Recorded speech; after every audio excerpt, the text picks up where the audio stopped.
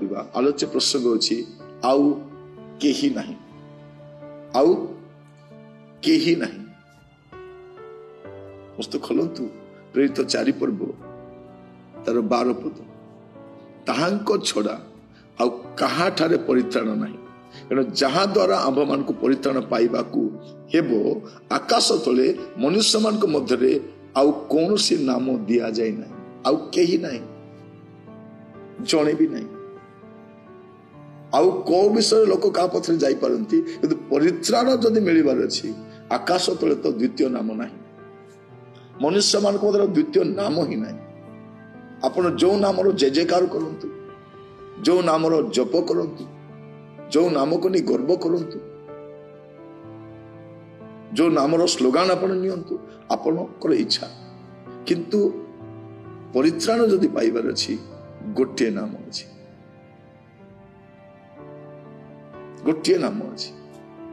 ମୁଁ ଏଇଟା ଖ୍ରୀଷ୍ଟିଆନ ଧର୍ମର ପ୍ରଚାର ପ୍ରସାର ପାଇଁ କହୁନାହିଁ, ଆପଣଙ୍କର ଜ୍ଞାତ ସାରରେ ଥାଉ।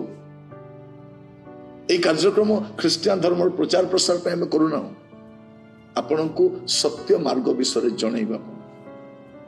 ଆପଣଙ୍କ ପାଇଁ ପ୍ରତି ସକାଳେ ଗୋଟେ ନୂଆ ଆଶା ଅଛି, ତେଣୁ এই କାର୍ଯ୍ୟକ୍ରମ ନାଁ ହେଉଛି ନୂଆ ସକାଳର ଆଶା। ପ୍ରତିଟି ପ୍ରଭାତ ଆପଣଙ୍କ ପାଇଁ ନୂଆ ସମ୍ଭାବନା ନେଇ ଆସୁଛି, ନୂଆ ଆଶା ନେଇ ଆସୁଛି।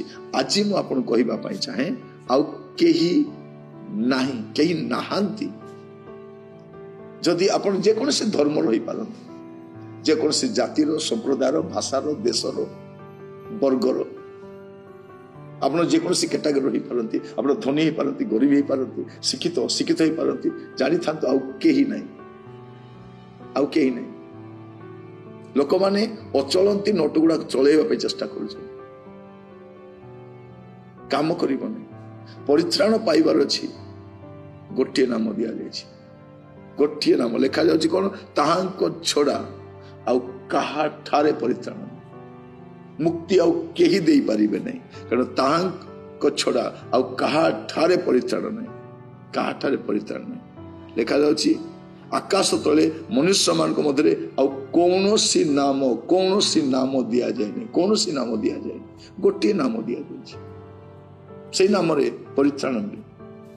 ଶାସ୍ତ୍ର କହୁଛି ତାହାଙ୍କ ଛଡା ଆଉ କାହାଠାରେ ପରିତ୍ରାଣ ନାହିଁ।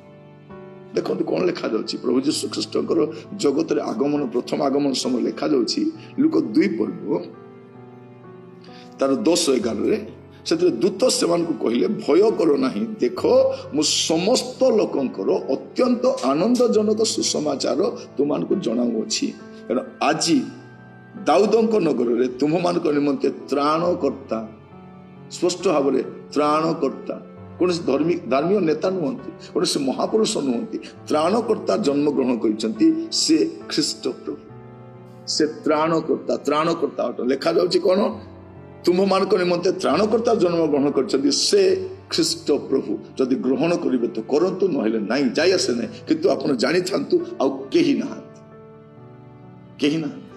ଜଣେ ବ୍ୟକ୍ତି ଯଦି ସେ ସ୍ୱର୍ଗକୁ ଯିବାର ଅଛି, ଯୀଶୁଙ୍କ ଛଡା ଅନ୍ୟ ଉପାୟ ଆଉ ତାର ନାହିଁ, ଅନ୍ୟ ବାଟ ଆଉ ତା ପାଇଁ ନାହିଁ, ଅନ୍ୟ ବିକଳ୍ପ ତା ପାଖରେ ଆଉ ନାହିଁ, ଅନ୍ୟ ବିକଳ୍ପ ନାହିଁ, ଅନ୍ୟ ଆଉ ନାହିଁ କିଛି। এইটা ବୁଝିଲେ ଭଲ। ଆପଣ ଅନ୍ୟମାନଙ୍କର କଥାରେ ଭ୍ରମିତ ହୁଅନ୍ତୁ।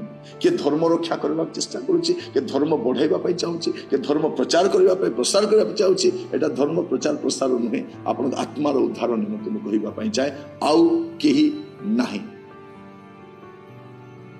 ପ୍ରଥମ ତିମୋଥୀ ତାର 2 ପର୍ବ 5 ପଦ ଲେଖାଯାଏ, କାରଣ ଏକମାତ୍ର ଈଶ୍ୱର ଅଛନ୍ତି, ଆଉ ଈଶ୍ୱର ଓ ମନୁଷ୍ୟମାନଙ୍କ ମଧ୍ୟରେ ଏକମାତ୍ର ମଧ୍ୟସ୍ଥ ଅଛନ୍ତି, ସେ ଖ୍ରୀଷ୍ଟ ଯୀଶୁ ଜଣେ ମନୁଷ୍ୟ। ସେ ମନୁଷ୍ୟ ଭାବରେ ଜଗତକୁ ଆସିଲେ, ସେ ଖ୍ରୀଷ୍ଟ ଯୀଶୁ ଯେ ଈଶ୍ୱରଙ୍କ ଆଉ ମନୁଷ୍ୟ ମଧ୍ୟରେ ଗୋଟେ ବ୍ରିଜ ଅଟନ୍ତି, ଆପଣଙ୍କୁ ତାଙ୍କ ସହିତ ମିଶେଇବା ପାଇଁ, ଆପଣ ସାକ୍ଷାତ କରାଇବା ପାଇଁ, ଈଶ୍ୱରଙ୍କ ନିକଟକୁ ଘେନି ଯିବା ପାଇଁ କେବଳ ଜଣେ ହିଁ ଅଟନ୍ତି, ଆଉ ଦ୍ୱିତୀୟ କେହି ନାହିଁ। ସେ ସ୍ୱୟଂ ସୃଷ୍ଟିକର୍ତ୍ତା ପ୍ରଭୁ ଯୀଶୁ ଖ୍ରୀଷ୍ଟ ଜଗତରେ ମାନବ ଦେହ ଧାରଣ କରି ଆସିଲେ। ଯୀଶୁ ଈଶ୍ୱର ଅଟନ୍ତି, ସେ ମାନବ ଦେହ ଧାରଣ କରି ଜଗତକୁ ଆସିଥିଲେ ମାନବର ମୁକ୍ତି ନିମନ୍ତେ।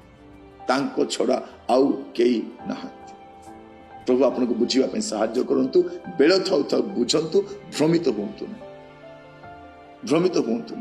प्रार्थना